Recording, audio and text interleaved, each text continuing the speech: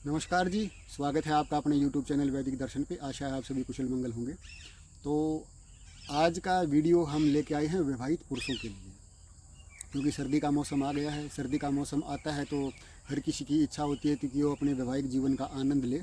तो लेकिन क्या है कि हमारी जो शुक्र की कमी होने के कारण हम इसका पूरा आनंद नहीं ले पाते और हमें अपने जीवन साथी के सामने बार बार शर्मिंदा होना पड़ता है।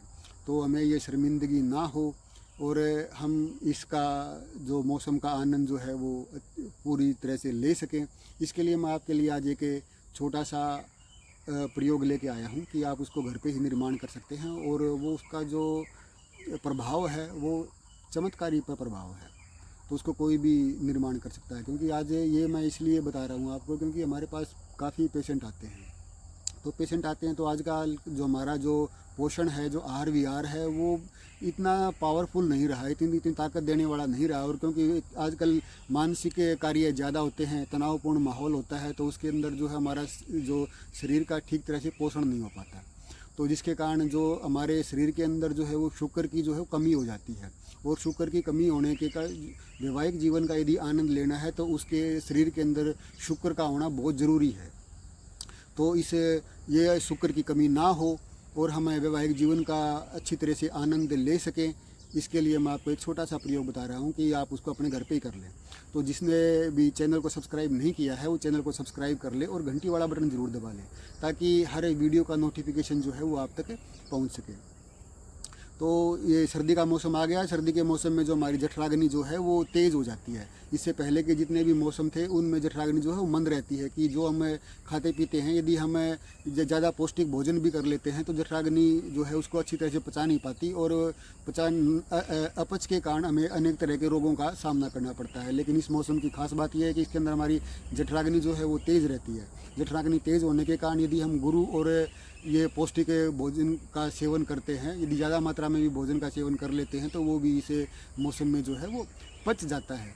और सबसे अच्छी बात यह है कि भोजन ज़्यादा खाना इतना इम्पोर्टेंट नहीं होता है जितना पचाना इम्पोर्टेंट होता है। तो ये हमारी जठराग्नि तेज़ है तो हम जो भी खाते हैं वो हमारे शरीर को लगता है, हमारे शरीर को उसका पूरा पोषण मिलता है। तो अब समय को व्यर्थ ना करते हुए मैं आपको योग बताता हूँ। तो इसमें लेंगे हम पहले ही औषधि है सिद्ध मकर ध्वज। सिद्ध मकर ध्वज लेंगे हम 5 ग्राम की मात्रा में। और दूसरी औषधि है वैक्रांत बसम। वैक्रांत बसम भी हम लेंगे 5 ग्राम की मात्रा में। और तीसरी औषधि है कुटकुटांतवक बसम, उसको भी हम 10 ग्राम की, उसकी 10 ग्राम की मात्रा लेंगे। सिद्ध मकर ध्वज 5 ग्राम, वैक्रांत बसम भी 5 ग्राम, लेकिन कुटकुटांतवक बसम 10 ग्राम। और इनके साथ लेंगे हम अश्वगंधा चूर्ण। अश्वगंधा आदि चूर्ण मार्केट में आता है, वो भी हम ले सकते हैं। और अश्वगंधा का चूर्ण भी आता है, दोनों में से कोई भी चूर्ण ले सकते हैं। उसमें अश्वगंधा और विदारा मिक्स होते हैं अश्वगंधा आदि चूर्ण में।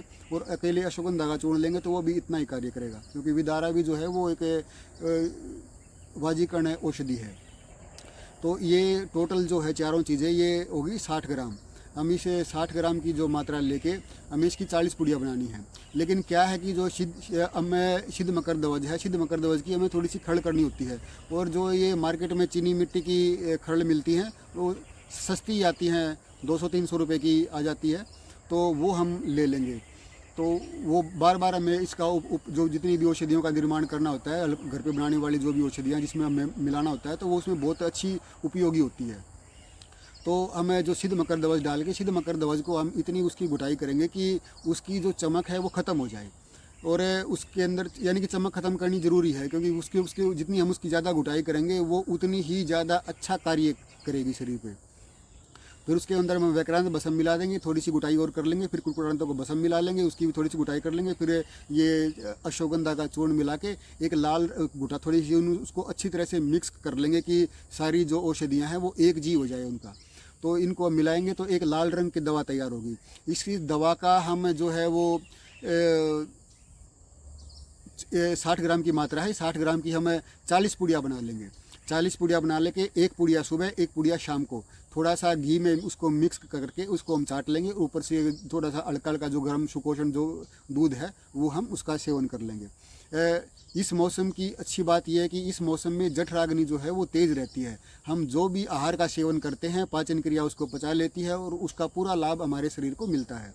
तो इसमें हमें जो है और वैवाहिक पुरुषों को तो आजकल का जो हमारा जो खान पान जो है वो ज़्यादा थोड़ा सा कमज़ोर हो गया, उसको जो ज़्यादा पोषण नहीं मिलता, क्योंकि पेस्टिसाइड्स और ये यूरिया वगैरह की ज़्यादा मात्रा, दवाइयों की, जो कीटनाशक दवाइयों का ज़्यादा उपयोग करने के साथ उसको जो पोषण था उसकी कमी हो गई है। तो हमें इसमें, यदि हमें जो वैवाहिक पुरुष है कोई भी, तो उसको वाजिकन औषधियों का सेवन जरूर कर लेना चाहिए, और सर्दियों में तो हमें ज़रूर ही करना चाहिए। तो हम समय समय पर, अब मौसम आ गया तो समय समय पर आपको और भी योगों के बारे में बता लेंगे, लेकिन जो ये योग मैंने आपको बताया ये बहुत ही अच्छा योग है, तो आप इसका निर्माण कीजिए और अपने वैवाहिक जीवन का आनंद लीजिए। तो आप सबके लिए शुभकामनाएं, आप सब सुखी रहें, स्वस्थ रहें। नमस्कार जी।